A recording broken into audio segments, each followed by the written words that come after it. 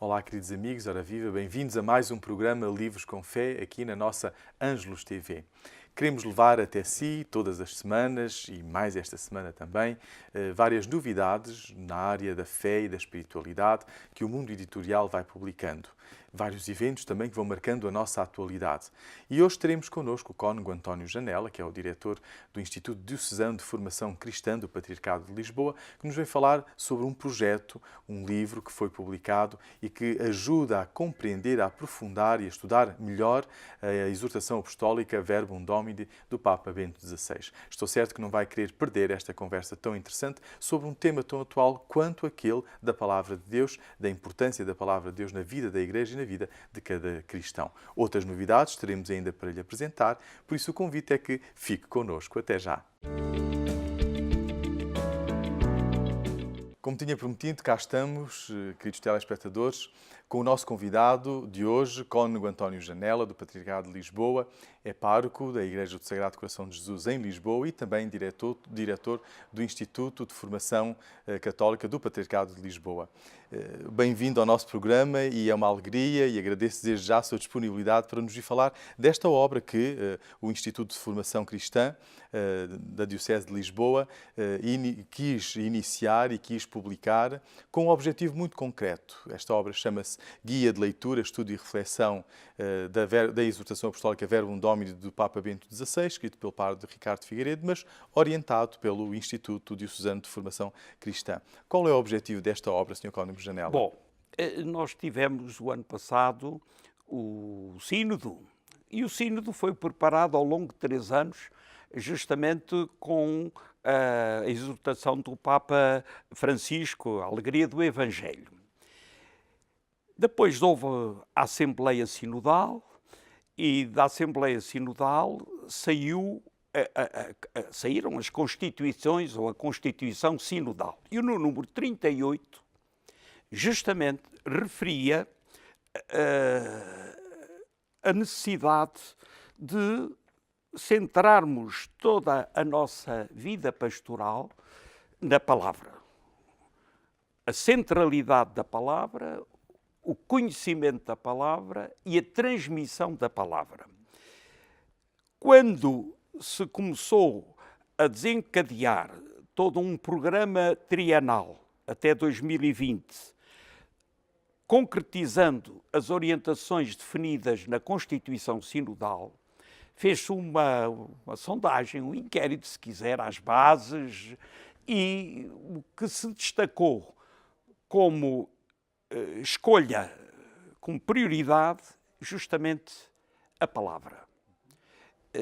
Não é que não tivesse havido já um programa diocesano na sequência do Sínodo sobre a palavra de Deus na Igreja, na vida e missão da Igreja. Em 2008. 2008, antes mesmo da exortação pós-sinodal de Bento XVI, que o Padre Carlos já referiu, houve a escolha da palavra como tema. Simplesmente passou o programa e nunca mais, não houve avaliação, que é sempre digamos assim, o calcanhar daqueles da nossa ação pastoral, é que uma ação pastoral só está terminada quando se faz a avaliação. Senão, voltamos, passado anos, ao zero. De algum modo, foi um bocadinho o que está a acontecer. E então, arrancámos com a palavra para o ano 17, 18, para o ano pastoral, centrados precisamente neste número 38, para se recuperar a articulação entre os diversos sentidos da Escritura, torna-se então decisivo identificar a passagem entre letra e espírito. Não se trata de uma passagem automática e espontânea. Antes, é preciso transcender a letra. De facto, a palavra do próprio Deus nunca se apresenta na simples literalidade do texto. Para alcançá-la é preciso transcender a literalidade num processo de compreensão que se deixa guiar pelo movimento interior do conjunto e, portanto, deve tornar-se também um processo de vida. Enfim, são palavras da exortação. Como isto foi escolhido por uma necessidade sentida, é um facto. Os nossos praticantes, ou seja, os missalantes, aqueles que vão à missa ao domingo, ouvem a palavra de Deus, mas em perícopas, ou seja, em passagens. E para muitos aquilo cai do céu.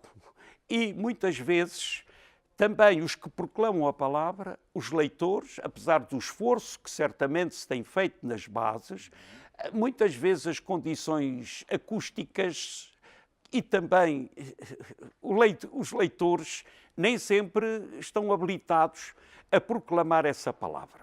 Impõe-se, de facto, toda uma série de iniciativas que vão desde a proclamação da palavra até à transmissão dessa palavra.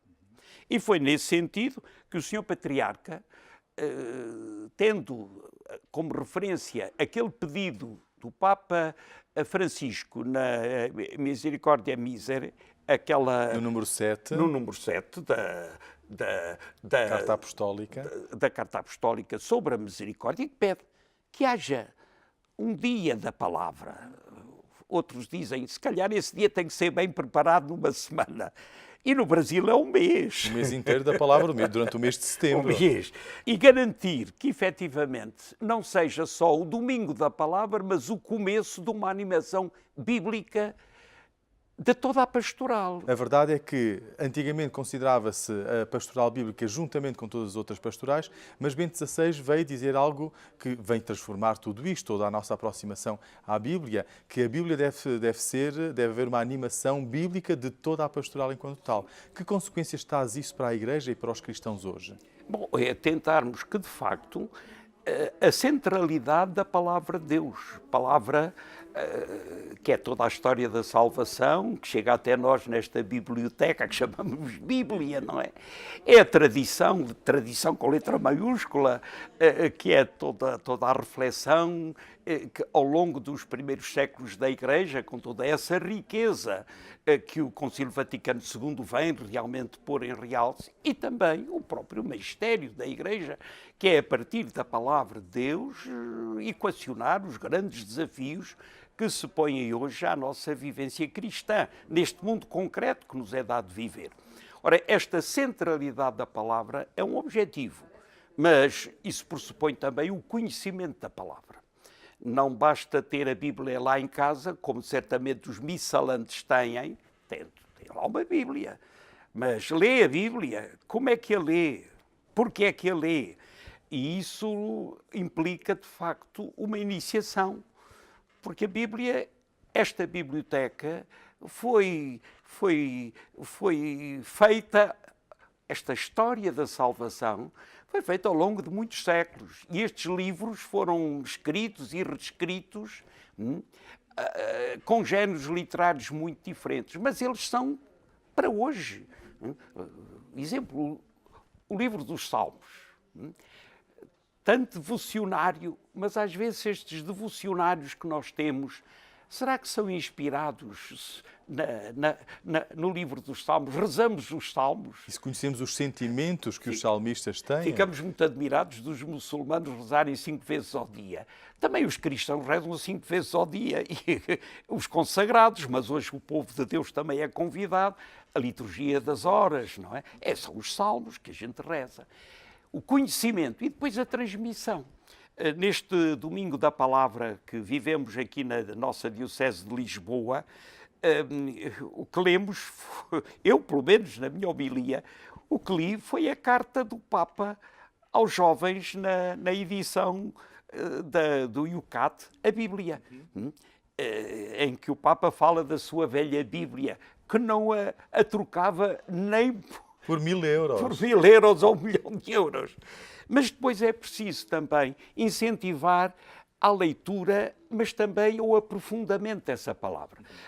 Distribuímos em muitas das nossas paróquias, distribuímos um desdobrável, a Bíblia, um tesouro a descobrir, pedindo, leiam, mas depois pensem em alguém a quem hão de entregar o desdobrável. E rezem por essa Rezem pessoa. por essa pessoa antes de lhe entregar.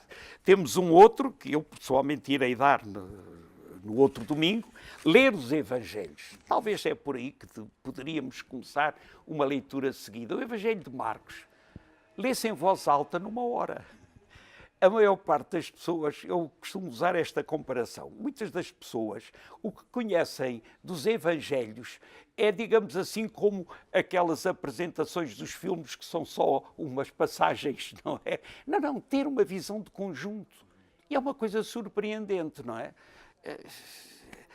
E há toda uma série de folhetos, este, por exemplo, que é evangélico, mas que também tem esta pedagogia de coisas simples, não é? Simples. E é nesse caminho, então, que o Patriarcado de Lisboa está empenhado durante este ano pastoral. Este guia da leitura, estudo e reflexão da exortação pós-sinodal Verbum Domini, é exatamente um instrumento que ajuda.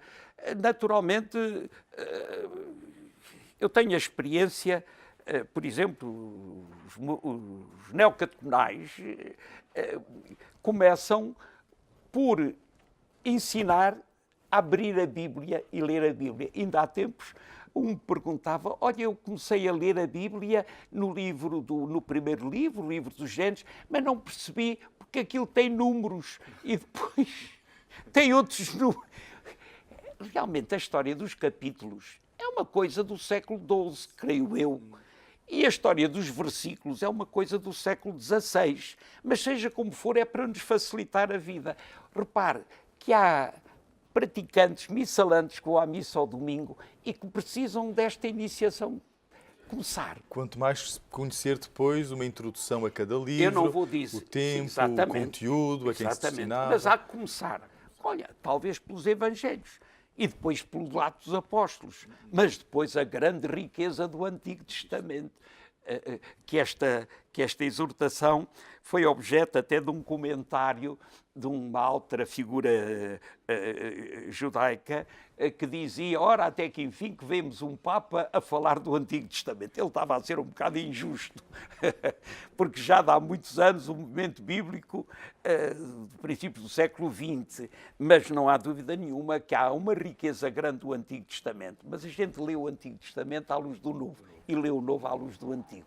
É toda esta riqueza. Isto perpassa toda a pastoral, atravessa toda a pastoral. Quando Bento XVI diz que o cristianismo não é uma religião do livro, mas é a religião da palavra, onde é que queremos chegar com isso, numa perspectiva pastoral? Pois, queremos chegar com isto, é que enquanto, por exemplo, o islamismo, o Alcorão é uma religião do livro. O arcanjo São Gabriel ditou a Maomé, como nós dizemos, não é? Ditou, ele não sabia ler nem escrever, mas alguém depois escreveu. Mas aquilo é a palavra. Ora bem, quando nós falamos da palavra de Deus, há que saber o que é que isso, há que explicar um bocadinho o que é isso. Não é a religião do livro, porque o cristianismo é uma pessoa, o Filho de Deus que se faz homem para nos salvar, para restabelecer a plenitude da nossa comunhão com Deus. Portanto, para nós, a palavra é o Logos, é Jesus Cristo. Mas esta palavra tem uma preparação e tem depois uma revelação, que é toda a Sagrada Escritura. Mas não só. Nós, talvez aqui possa ser objeto de crítica dos comentadores, mas nós continuamos a escrever os Evangelhos, a boa notícia, mas sempre com uma referência justamente à Bíblia e à tradição e ao magistério da Igreja, ao ensino da Igreja. E daí se mete também, entra toda a questão da legítima interpretação da Bíblia. Exatamente. Não é? Exatamente. E como dizia, é necessário uma formação e sobretudo, poder... E é por isso que as nossas Bíblias têm notas introdutórias, notas de rodapé. É preciso saber ler com olhos. Lembra-me sempre daqueles versos de Carlos Queiroz, ver só com os olhos é fácil e vão, por dentro das coisas é que as coisas são. Também na Bíblia não basta uma leitura individual. Este livro tem em cima de si muitos séculos de leitura e de reflexão, de meditação. Portanto, faz parte do nosso dia-a-dia, do nosso cotidiano. A leitura orante, ajuda muito, mas é preciso também sermos iniciados a essa leitura, não? Que relação é que acha então que os cristãos haviam de começar a cultivar com a palavra de Deus? Fazer uma leitura assídua. Num estudo que se fez aqui no Patriarcado, já há uns anos, a percentagem de quem lia assiduamente a palavra de Deus era pequeníssima. Não chegava a 1%, nem a meio por cento. Portanto, assim como temos os nossos devocionários, e bem, mas procuremos alimentar a nossa oração com esta palavra de Deus. Leitura diária. Leitura em família. O Papa sugere aos jovens, formem grupos, e até lhes diz, não tenham medo de propor isso aos outros jovens. E, curiosamente, eles acolhem, têm o testemunho de alguns grupos que têm, a partir desta Bíblia do Yucat, têm desenvolvido essa dinâmica. E o Sr. Patriarca, justamente a propósito da guia, assim como formámos grupos de preparação do Sínodo diocesano, e foram 20 mil que participaram nessa preparação, retomemos agora com este objetivo de nos debruçarmos sobre a Palavra de Deus. O que é isso da Palavra de Deus? O que é isso de inspiração? Tudo isto não para uma especulação abstrata, mas para um alimento da vida. Como nos alimentamos da Sagrada Escritura, da Sagrada Comunhão, alimentemo-nos da Sagrada Escritura. Portanto, esta obra, este guia de reflexão e de estudo da Verbum Domini, destina-se a toda a gente. Não simplesmente aos párocos ou aos catequistas, mas a todos quantos queiram aprofundar a palavra de Deus. Eu posso dar a experiência de um grupo interparoquial e de gente que não pode sair à noite porque já não é capaz de sair à noite, família, etc., mas que se reunimos das 4h30 até 5:45 à tarde, uma vez por semana, e estávamos a estudar o Evangelho de Marcos, agora pegámos neste, até correspondendo a uma dinâmica que se pretende ser diocesana. Mas, enfim, e tem sido útil. É uma linguagem do Papa, mas depois partido aos bocadinhos, com um comentário. E também com uma outra coisa. Tem depois, no final de cada um dos capítulos, isto tem 3 grandes partes. A primeira é o que é a Palavra de Deus. Depois, que lugar para a Palavra de Deus na Igreja do século XXI. E depois, como viver a Palavra de Deus. No final de cada um dos capítulos tem sempre algumas perguntas para refletir e partilhar. Estas perguntas foram estudadas cuidadosamente para serem interpelativas, quer para quem faz esta leitura individualmente, quer quem faz em grupo. E depois tem sempre uma sugestão para uma leitura orante da Bíblia, tem sempre uma sugestão de um tema bíblico, de um texto bíblico. Sr. Conde Janelo, muito obrigado pela sua presença e, sobretudo, pelo seu entusiasmo em relação à Palavra de Deus. Eu não sou biblista nem teólogo, sou um aprendiz de Sociologia, mas digo-lhe uma coisa. Creio que a Bíblia hoje é um alimento que nós não podemos. Já São Jerónimo dizia, desconhecer as Sagradas Escrituras é desconhecer Jesus Cristo. Muito obrigado mais uma vez pela sua presença. E assim peço que continue connosco, pois temos ainda mais novidades para lhe apresentar. Até já. Olá, queridos amigos. Chegou agora o momento para vos apresentar algumas sugestões de leitura a partir de algumas obras publicadas pela Paulus Editora, mas não só. Gostava de vos sugerir alguns livros que possam ser úteis neste tempo em que estamos a entrar no Advento e que nos podem acompanhar neste tempo forte da liturgia para vivermos bem a preparação para o Natal. E a primeira sugestão que vos quero fazer é Advento e Natal para crentes e não crentes. Os autores são Isabel Figueiredo e Jorge Reis Sá, em que procuram refletir acerca de cada uma das temáticas que os domingos do Advento nos vão apresentar. Temáticas essas ligadas, obviamente, não só à liturgia da palavra, mas a temas que nos são comuns a todos nós, quer sejamos crentes ou não crentes, neste tempo que nos ajuda a preparar para o Natal, como a festa do nascimento de Jesus, a festa da família, um tempo de ternura, um tempo de atenção ao próximo, um tempo em que devemos estar mais sensíveis para com a necessidade, um tempo para pôr em prática mais a caridade cristã. Então, se queremos e procuramos uma reflexão para crentes e não crentes, então encontramos neste livro, Advento e Natal, uma preciosidade muito grande, com uma linguagem simples, uma linguagem cheia de imagens, que os dois autores, Isabel Figueiredo e Jorge Reis Sá, quiseram partilhar connosco e que inseriu-se nesta coleção para crentes e não crentes de várias temáticas que temos vindo a publicar na Paulus Editora. Outra sugestão de leitura é Advento e Natal, do Papa Bento XVI. Aqui a Paulus Editora, neste volume, quis recolher as homilias do Papa Bento XVI durante o seu pontificado, quer no tempo do Advento, quer no tempo de Natal, nos domingos de Advento e depois nos domingos que constituem o tempo de Natal. E por isso, Bento XVI, um grande teólogo e com uma capacidade extraordinária de apresentar a beleza da fé cristã através dos seus escritos, ajuda-nos a refletir sobre este tempo forte da Igreja, o tempo que é caracterizado pela expectativa da vinda do Senhor Jesus, a primeira vinda na carne e depois a última vinda de Jesus que virá no fim dos tempos para julgar todos os vivos e os mortos. Por isso, um livro que aconselho vivamente, não só para os sacerdotes, em que podem encontrar aqui muitos elementos que ajudam a preparar as suas homilias para este tempo de Advento e tempo de Natal, mas também para todos os leigos que queiram aprofundar mais o mistério da encarnação do Filho de Deus, do nascimento de Jesus Cristo e o que isso implica para a vida dos cristãos, para a vida do nosso cotidiano.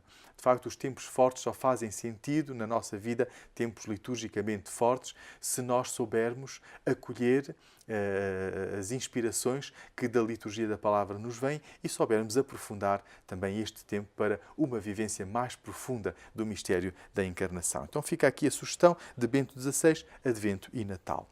E o terceiro livro que vos quero apresentar é uma novidade da Paulus Editora também, do padre Raniero Cantalamessa, autor conhecido, vários títulos estão publicados na Paulus Editora. Agora este tema é Para que nada se perca. Recolhe neste livro as meditações que o padre Raniero Cantalamessa fez ao Papa Francisco e à Cúria Romana durante o tempo do Advento e da Quaresma de 2015 e de 2016 e que, por se estar a celebrar naquela altura os 50 anos do Concílio Vaticano II, o padre Raniero Cantalamessa quis recolher as suas reflexões a partir das 4 grandes constituições do Concílio Vaticano II, Lumen Gentium, Sacrosanctum Concilium, Dei Verbum e Gaudium et Spes. E também ainda sobre o decreto sobre o ecumenismo, Unitatis Redintegratio. O padre Raniero Cantalamessa achou oportuno fazer uma leitura não tanto dogmática destas constituições sobre a Igreja, sobre a liturgia, sobre a Palavra de Deus e sobre a Igreja e o mundo, mas quis recolher todo o património espiritual que estes documentos do Concílio Vaticano II nos deixaram. E foi isso que ele fez nestas meditações e que agora apresentamos em livro.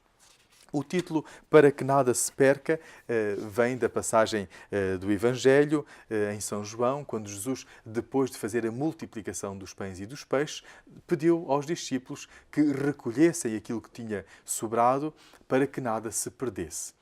Então é uma bela imagem que o padre Raniero Cantalamessa utiliza neste livro para nos dizer que, apesar de já ter acontecido há 50 anos o Concílio Vaticano II, nós somos convidados a recolher a dimensão espiritual e todo o património espiritual que o Concílio Vaticano nos deixou, sobretudo a partir destas 4 grandes constituições dos documentos do Concílio Vaticano II. Então fica aqui uma bela sugestão para nos mantermos atualizados sobre os temas mais importantes e fundamentais na vida da Igreja, Para que nada se perca, do padre Raniero Cantalamessa, editado pela Paulus Editora. E ficam por aqui as sugestões neste nosso programa que quisemos levar até si. Espero que alguma delas seja do seu agrado.